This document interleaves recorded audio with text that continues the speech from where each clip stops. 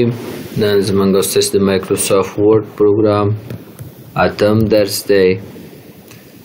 په تیر درس کې موږ تاسو په هوم ټیب کې کلیپ بورډ باندې خبرې کړې وو، همدا ډول فن مو ویلی او نن به شو پاراګراف به ووایو.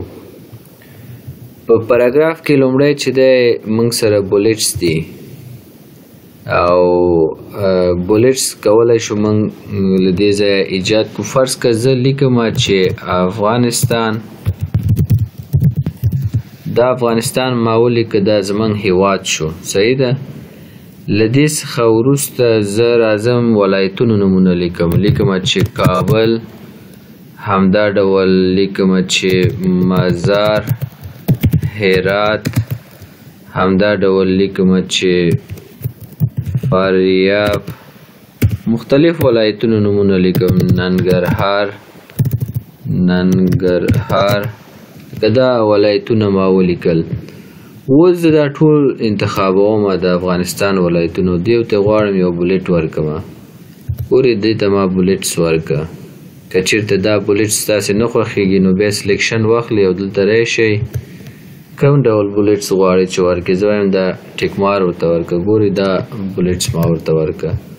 افغانستان هم زه ورته وایم لږ بولډ که، همدا ډول سیز 14 که. د یاره دا بولیټس هم زما خوښ نه شو، نو راځم دلته بل ورته انتخابوم. دا ویکټور مې ورته انتخاب که. نو هر ډول بولیټس چې ستاسو خوښ شو هغه ورته کولی شئ چې دلته انتخاب کړئ. دا مې ورته انتخاب که. بیا سلیکشن کوم ورته وایم یاره دا مې خوښ نه شو. نو ته کولی شئ مختلف بولیټس له دې ځینې انتخاب کړي. که یو هم نه انتخابوې نن ورته ووهه ساده به راشي. نو زه بیرته بولیټس ته راځم او دا ټیک مار ورته انتخابوم. خو که چېرته زه دا سلیکشن واخلم او دلته راشم دا ټول بولیټس چې دلته دي دا زما خوښ نه شو، نو زه کولی شم دلته راشم ډیفاین نیو بولیټس باندې کلیک وکړم او بیا وروسته سمبولز ته راشم. دلته نو ډېر زیات خدای بلا بولیټس دي، هر یو چې ستاسې خوښه وي تاسې کولی شئ چې هماغه انتخاب کړئ او دلته یې راوړئ. فرض که زه دا ورته انتخابوم او اوکې کوم یې، چې کله مې بیا اوکې که ګورئ دا رقم بولیټس راته راغی. نو همدا بیا هم راځم بولیټس ته او دلته ډیفاین نیو بولیټس ورته انتخابوم. بیا سمبول ته راځم او فونټس دلته انتخابوم. ګورئ دلته ډېر زیات شکلونه ډېر زیات دي، یعنې یوازې دا وینګډینګز دی، دلته ویبډینګز دی، دا ورته انتخاب کړم. په دې کې هم مختلف ښه ډیزاینونه دي. نو هر یو چې ستاسې خوښه وي تاسې کولی شئ چې انتخاب کړئ او هغې نه استفاده وکړئ. ځینې وخت ځینې لیکل کوئ چې په هغې کې فرض که د تلیفون دغه نښې د څه ته ضرورت وي که نه، تلیفون نښه یا فرض که دا پشکارۍ، یعنې مختلف ډیزاینونه دلته شته. هر یو چې ستاسې خوښه یې سټار ورته انتخابوم، اوکې کوم او بیا اوکې کوم. ګورئ سټار راځي ورته. نو دلته په بولیټس کې موږ تاسې کولی شو چې خپل لیکلو ته بولیټس ورکړو. لکه ما افغانستان ولیکو بیا مې ولایتونه ولیکل. ولې دلته یوه بله خبره هم ده، زه دلته انټر وهم چې کله مې انټر ووهو ننګرهار پورې مربوط یو څو ولسوالۍ لیکم. فرض که لیکم سرخرود لیکم، بهسود لیکم، همدا ډول بهسود، سخرود، بټي کوټ لیکم. لکه مختلف ولسوالۍ دي، دا ننګرهار پورې مربوط دي. زه دا 3 ولسوالۍ انتخابوم او بیا وروسته راځم دلته یو بل اپشن لري چینج لیست په نوم باندې. لکه دا سټار خو چې ما ورکړی دا عمومي دی، دوم ورته انتخابوم، لیول 2 ورته انتخابوم. صحیح دی چې لیول 2 مې ورته انتخاب که. وګورئ لکه دا ننګرهار مربوط پورې دا ولسوالۍ دي. د دې بولیټس هم کولی شي چې تغییر کړي، کولی شي په دې رقم بولیټس ورته ورکړي. بیا وروسته راځم فرض که د بهسودو مربوط ځینې ولسوالۍ لیکم. زه دا کلوز کوم، د لرې کوم، راځم دلته فرض که بټي کوټ پورې مربوط ځینې ولسوالۍ کلي لیکو. کلي چاردي،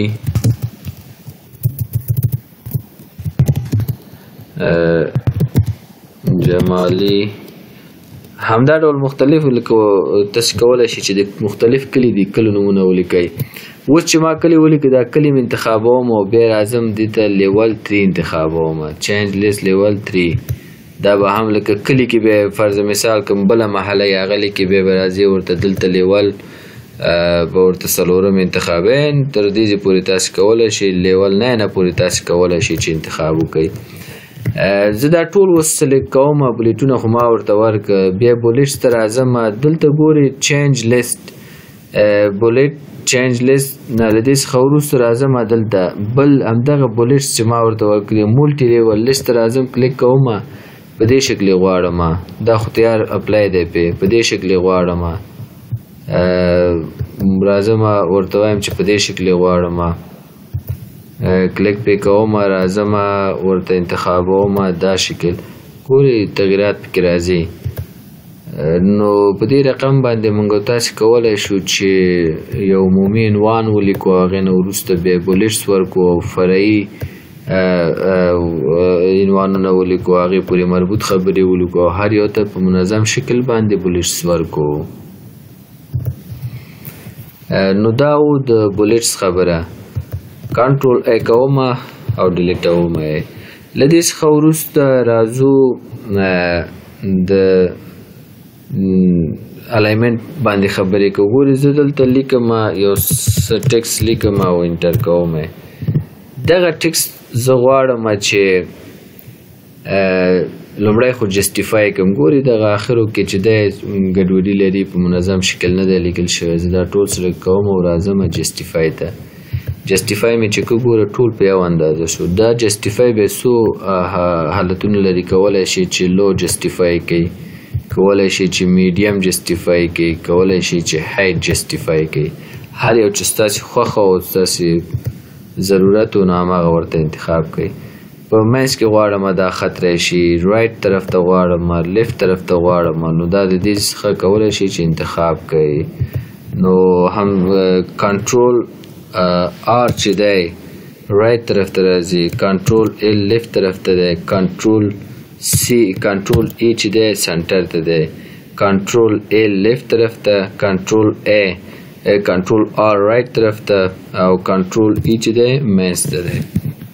لکه دا د شارټکټ یې دي. نو دا د رایټ لیفت او جسټیفای مسله وه. دلته یو بل موضوع د سپیسینګ لرو. دلته پی نمبر پات شو، نمبرینګ. ګورئ نمبرینګ باندې چې کلیک وکړو او بیا ورته دا نمبر انتخاب کړو. ګورئ هر یو پاراګراف ته نمبر ورکوي. لکه دا اول پاراګراف دی، دا دوم دی، دا دریم دی، دا څلورم، دا پنځم پاراګراف دی. لکه هر پاراګراف ته نمبر ورکړي. دلته کلیک کوم نو د پاراګراف د نمبرینګ په ځای ته کولی شي چې دا رومي عدد استعمال کړي. ګورئ د نمبرو په ځای دا رومي عدد هر پاراګراف ته استعمال کړه.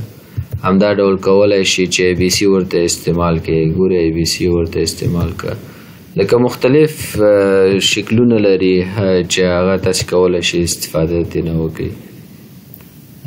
له دې نه وروسته ګورئ دلته یو څو اپشنونه نور هم شته. چینج ډیفاین نیو نمبر فارمټ، دې باندې کلیک وکړئ. دلته راشي نمبر سټایل ورته انتخاب کړئ. زه ورته وایم الفبیتې باندې راته جوړ کوو. کې ګورئ اوس دا الف پاراګراف شو، ب پاراګراف، ت س جیم پاراګراف شو. نو تاسې ای بی سی، الفبیتې، رومي عدد هر یو چې تاسې ضرورت وي کولی شئ ډیفاین نیو فارمټ انتخاب کړئ او دلته راشئ او د هغې نه وروسته تاسې کولی شئ چې د دې ټولو نه استفاده وکړئ. زه دا اوس نن کوم یا ورته یو دوه درې انتخابوم او بیا اوکې کوم. نو په دې شکل باندې موږ تاسې کولی شو چې نمبرینګ ورکړو. په دې ځای کې یو بله موضوع هم چینج لیول لیست چې دا ما تاسو ته مخکې ویلی و. فرض که دغه عمومي پاراګراف ده، دا پاراګراف ورته انتخابوم او راځم ورته دی یو فرعي پاراګراف دی، دې ته دوم لیول انتخابوم، دا به لږ ترې نه مخکې شي. فرض که په دې کې هم چې دی زه ورته وایم چې دغه دوه لیکل چې دی دا به دا دریم لیول ورته انتخابوم چې دا لږ نور هم مخکې شي. خو دا چون پاراګراف یو دی ځکه دا دوه خطه یې مخکې نه کړي، بېرته به یې کنټرول زیډ کړمه. نو که چېرته یو عمومي ټایټل وي او د هغې مربوط ځینې خبرې وي نو تاسې هغه انتخاب کړئ. د لیول په شکل تاسې کولی شئ چې هغې لږه فاصله پکې ایجاد کړي چې څوک پوه شي چې دغه موضوع د دې مربوط دی. همدا ډول راځم بیا هم نمبرینګ ته او دلته سیټ نمبرینګ ویلیو. ګوري سیټ نمبرینګ ویلیو څخه هدف دا دی چې دا نمبرینګ تاسو ته د څو نه شروع کړي. زه راځم په دغه څلورم پاراګراف کې درېږم، څلورم پاراګراف کې زه درېږم. له دې څخه وروسته زه راځم نمبرینګ ته او بیا ورته وایم چې سیټ نمبرینګ ویلیو. زه وایم داسې کار وکړه چې دغه د پاراګراف د 5م نمبر نه شروع کوو، کې هم دا 5م نه شروع کېږي. له دې نه وروسته زه هر څومره لیکل کوم نو 5م نه بعد به هغه لیکل ورته راځي. نو دا هم د نمبرینګ موضوع شو چې موږ تاسو کولی شو نمبرینګ ورکو خپل ټیکس او خپل پاراګرافونو ته. زه دا ټول کنټرول ای کوم او ډیلیټوم. وروسته په پاراګراف کې موږ تاسو سپیسینګ لرو. ګورئ زه دلته راځم یو څه لیکل کوم چې دغه لیکل مې وکړه. له دې نه وروسته زه دا ټول لیکل سلیکټوم، انتخابوم. دا لیکل ما ټول انتخاب کړ. بیا راځم سپیسینګ ته. دغه لاینونو ترمنځ څومره سپیس وي، 1.15 1.5 1.2 2.5 3 څومره سپیسینګ چې ستاسو ضرورت وي هغې باندې کلیک وکړئ، سپیسینګ ورته انتخاب کړئ. که چېرته سپیسینګ ستاسې له دې څخه هم زیات پکار وي هم لاین سپیسینګ اپشنز ته راشئ او د دې څخه کولی شئ الاینمنټ ورته انتخاب کړئ. آوټلاین خو سپیسینګ به تاسې کولی شئ چې لاین سپیسینګ د دې ځینې انتخاب کړئ. څومره چې ستاسې خوښه وي تاسې کولی شئ چې لاین سپیسینګ ورته انتخاب کړئ. بله خبره دلته د سپیس راځو. بله اډ سپیس بیفور پاراګراف. کله چې دا ورته انتخاب کو، ګوره د پاراګراف نه مخکې دغومره سپیس یې موږ تاسو ته اضافه کړه. دا ګورئ دا سپیس د پاراګراف نه مخکې دی. که زه چېرته سپیسینګ ته راشم او ورته وایم ریموو بیفور پاراګراف، اوس ګورئ دغه خط چې کوم ځای نه شروع شوی پاسې بیخي پاراګراف سپیس شته دی نه. که ستاسې په کار وي نو بېرته سپیسینګ ته تاسې راشئ او دلته ورته اډ ووهئ. ګورئ اوس دومره سپیسینګ پیدا شو. همدا ډول اخره کې تاسې راشئ، دلته هم دا سپیسینګ شته که نه.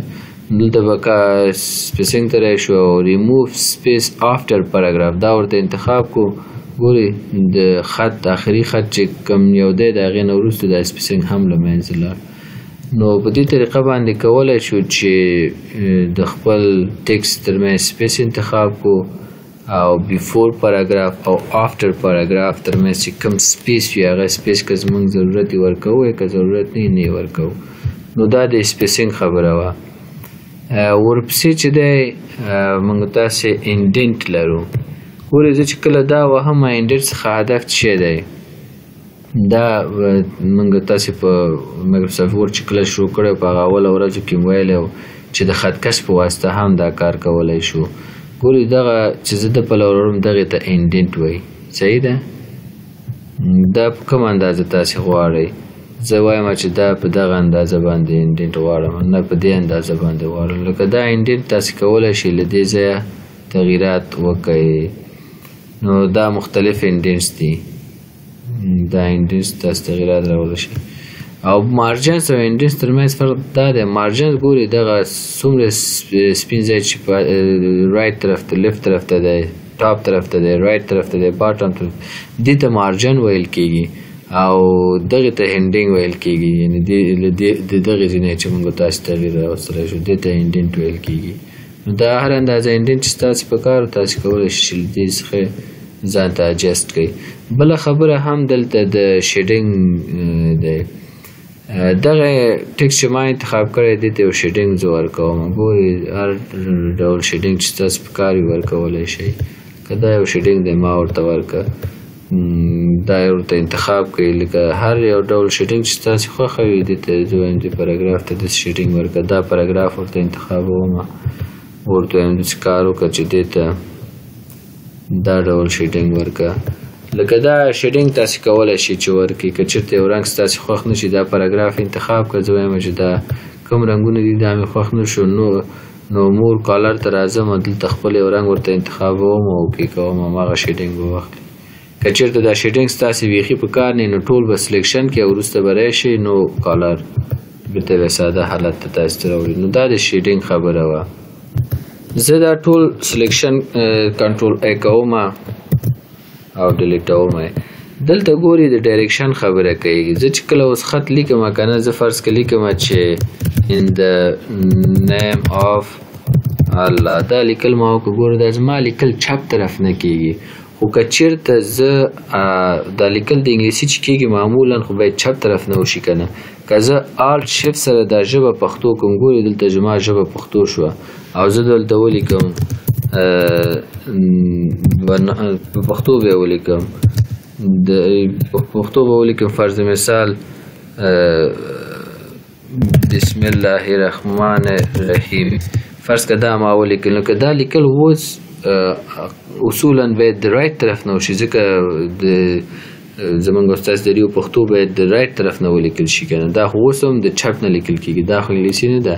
نو په دې صورت کې به تاسو راشي ورته د ټیکس ډایرکشن د رایټ طرف نه انتخاب کړئ. نو تاسو چې اوس هر لیکل کوئ د لوی او سپیڅلي الله په نامه لکه داسې یو لیکل تاسو کولی شئ چې اوس څه پښتو لیکلې نو د رایټ طرف نه وکړئ. نو دا هم د ټیکس ډایرکشن په اړه خبره کوي چې لیفت ټو رایټ نه لیکلو شي یا رایټ ټو لیفت نه لیکلو شي. دا ډیر مهم هم دی. ګورئ زه تاسو ته د عملا د دې ستونزې او مشکلات وښایم. ګورئ زه دلته څه لیکل کوم فرض کړه لیکم نن مونږ په لیسه کې د بیا څه انګلیسي لیکل راځي فرض کړه لیکم بایولوژي او بیا وروسته ساعت درلود. داسې لیکل ما وکړه صحیح دی که نه ولې دلته څه راغی ګډوډي راغی. اوس چې دا ساعت درلود دلته راغی بیولوژي دلته راغی دا ګډوډ شو. دا ستونزه ولې په دې ټیکس کې رامنځته شو. دا تاسې سلیکشن وکړئ د دې ډایرکشن کې اوس فرق دی. تاسې داسې کار وکړئ دا کنټرول ای کې دا ډایرکشن چې دی اوس لیفت ټو رایټ ډایرکشن دی. ته ورته رایټ ټو لیفت که دا خط به جوړ شي. نن موږ په لیسه کې د بیولوژي ساعت درلود لکه ګورئ دا په دې شکل باندې اوس موږ تاسې کولی شو چې پښتو لیکل وکړو په منځ کې څه انګلیسي کلمې راځي هغه هم کولی شو په نارمل شکل ولیکو او په درست شکل لیکل کیږي.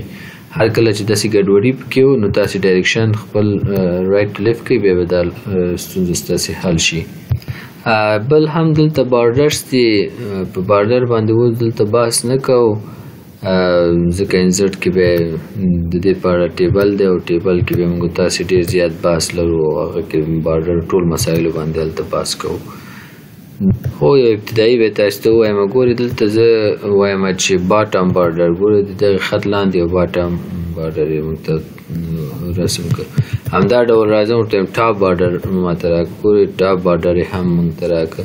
همدا ډول زه ورته آل بارډرز لیکم په دې رقم بارډر موږ ته راکوي.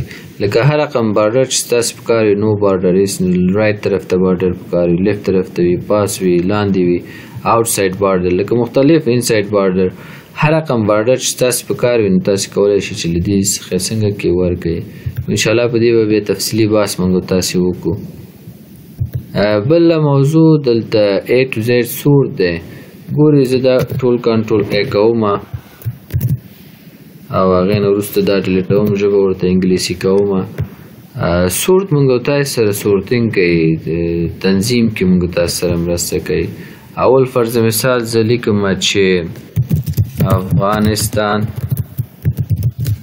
بیا لیکم فرض مثال پاکستان یا هیڅ پاکستان پکې نه لیکم افغانستان هرات ولایتونو نمونه لیکم ننګرهار مزار همدا ډول خوست او پکتیا لکه دا ولایتونه ما ولیکل. زه دا ټول سلیکټ کوم چې کله مې سلیکټ کړ بیا راځم دا سورت کوم چې کله مې کلیک پې وکړه دا څه رقم غواړي چې سورت کې زه وایم داسې کار وکړه دا ما ته سورت که اسینډینګ که ډسینډینګ. اوس اسینډینګ دی که ډسینډینګ ورته انتخاب کړم زیډ ټو ای به راته څنګه کې سرچ کړي. اوس پی راغی او ان راغی ام راغی په دې شکل. که زه دا انتخاب کوم او سورت ته راشم او ورته ویم دا ما ته سورت که خو اسینډینګ اول ای او ای پسې وروسته چې بی سی ډي په دې رقم یې راته سورت که ګورې په دې رقم یې راته سورت کړلو. بل هم پاراګراف ساین دی. ګورې پاراګراف ساین چې انتخاب کوم د هر پاراګراف په آخر کې یو ساین راځي، موږ ته ښکاري چې دا پاراګراف په دې ژبه باندې پای ته رسېدلی دی. دا دې څخه بیرته هم کلوز کولی شو.